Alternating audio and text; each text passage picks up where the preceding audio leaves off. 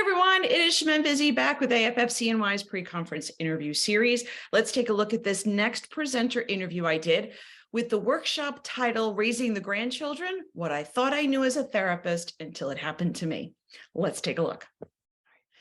Thank you, everyone. Here we are with another interview for our conference. Let's jump right in. And Michael, why don't you take a second, introduce yourself, who you are, and how you're connected to adoption and foster care community for us.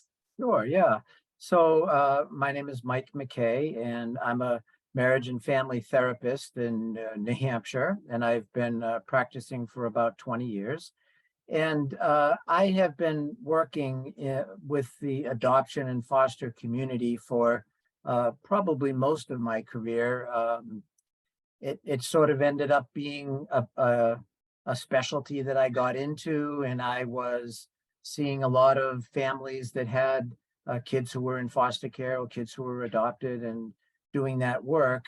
And then I also am a dad and a grandfather, and found myself in the position where, due to some unfortunate circumstances, I was suddenly thrust into the role of becoming a grandparent who was raising one of my grandsons. And so that's kind of the focus of my talk is what I really learned from being one of those parents who I was talking with every day. And I kind of learned some things that I think were important, that I didn't really totally appreciate as a provider. I knew all the right things to say. I knew all the right techniques and all those things that you learn as a therapist, and found out some very interesting things about actually doing this in practice. So those are the things that I wanted to share, how I've my thinking has evolved even as a therapist, and certainly as a grandparent who raised a grandson. You talk a lot about in your bio and what your experience is about how attachment impacts foster care and foster children in the foster care system and families and adoptive families. What kind of things have you learned about, just a little bit, because I know you'll probably touch base on that in somewhat in your presentation, but why is this so important to talk about? I think it's really important to talk about, because it does seem that when children lose their biological parents, they go through an experience which changes them.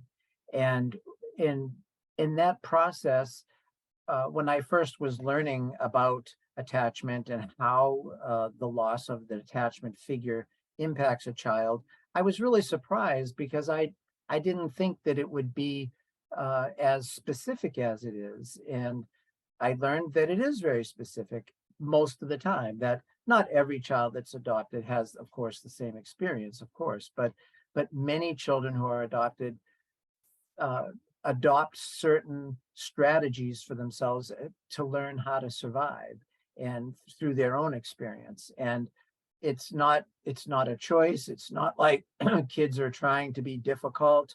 But they have learned specific things that, due to what happened to them as means of survival, that I think when we become a foster parent or an adoptive grandparent, whatever that might be, that if we understand what happened to my grandkid or to this child that has changed them profoundly, so that the normal sort of parenting strategies don't always seem to work or to be as helpful.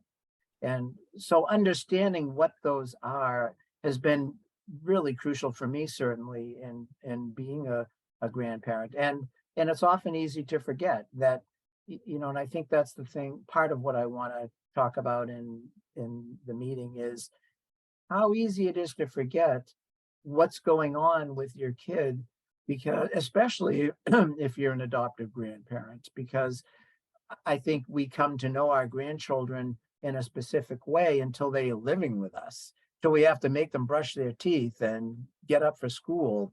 And, the difficulties that arise under those circumstances do seem to be wrapped around the ideas of attachment and what happens when kids lose their primary attachment figure. So you said that you've been doing marriage and family therapy for 20 years or so. You got into it at first for your own certain reasons. I'm sure you weren't thrust into your own lived experience right away. How Right. did you get the knowledge to help other families through foster care and adoption? Like, I know did people just kind of flock to you for some reason? Like, how did that, because you're going to have to start, because, you go into it with one and now you got to learn another topic. Yeah, that's a really great question. And it was really by accident, I would say, for me, that I got into working. When I was first working as a therapist, um, I worked in community mental health in Portsmouth, New Hampshire. And as part of working there, we had all kinds of families. So I worked in the children's department at that point. So I wasn't seeing couples, uh, but I was working with a lot of families, and some of those families were um, adopted families or kids who were in foster families. And what I recognized very quickly was that the normal techniques that I had learned about um, weren't really all that effective for parents trying to raise kids who have been through this experience. And just by luck, one of the trainings that I got to attend was with this guy by the name of Dan Hughes.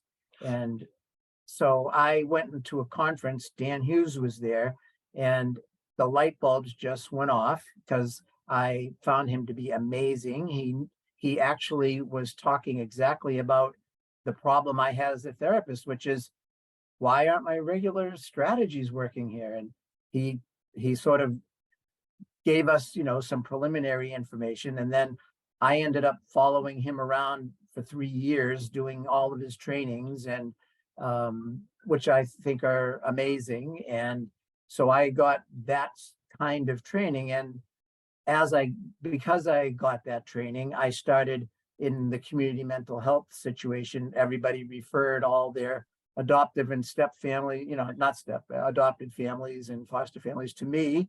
So I ended up doing it for, as I say, all of my career since then.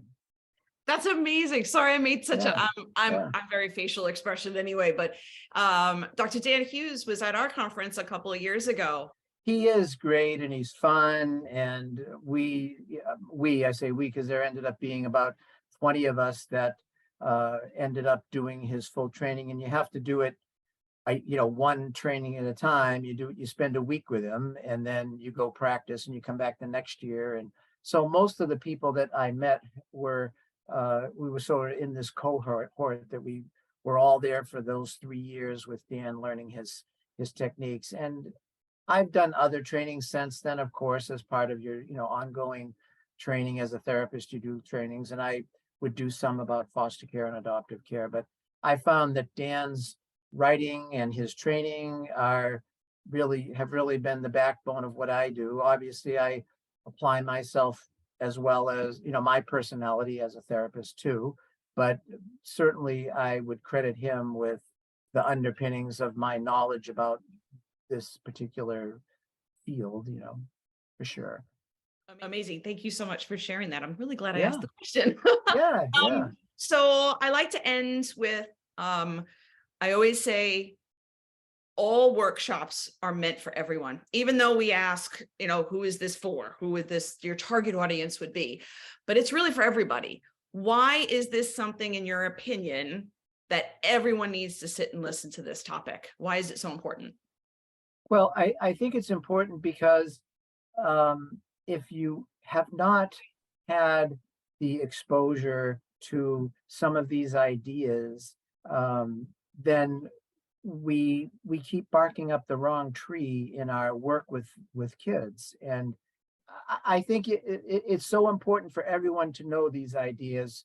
I can just, I guess, probably better say that for me, having these ideas is really giving me a template. It's given me a roadmap in how to help families that are working with kids who are in foster care or adopted circumstances. It's helped me to have a roadmap to help grandparents, and it's also helped me. I've also done a lot of training at this point now in training other therapists with some of these ideas that uh, I'm passing along to the next generation of therapists, and I know that without this knowledge, even us as therapists who get lots of training in how to work with kids and families, it's a lot more difficult if you don't have this understanding of attachment and what happens in these families for these kids when they do lose their primary caregivers.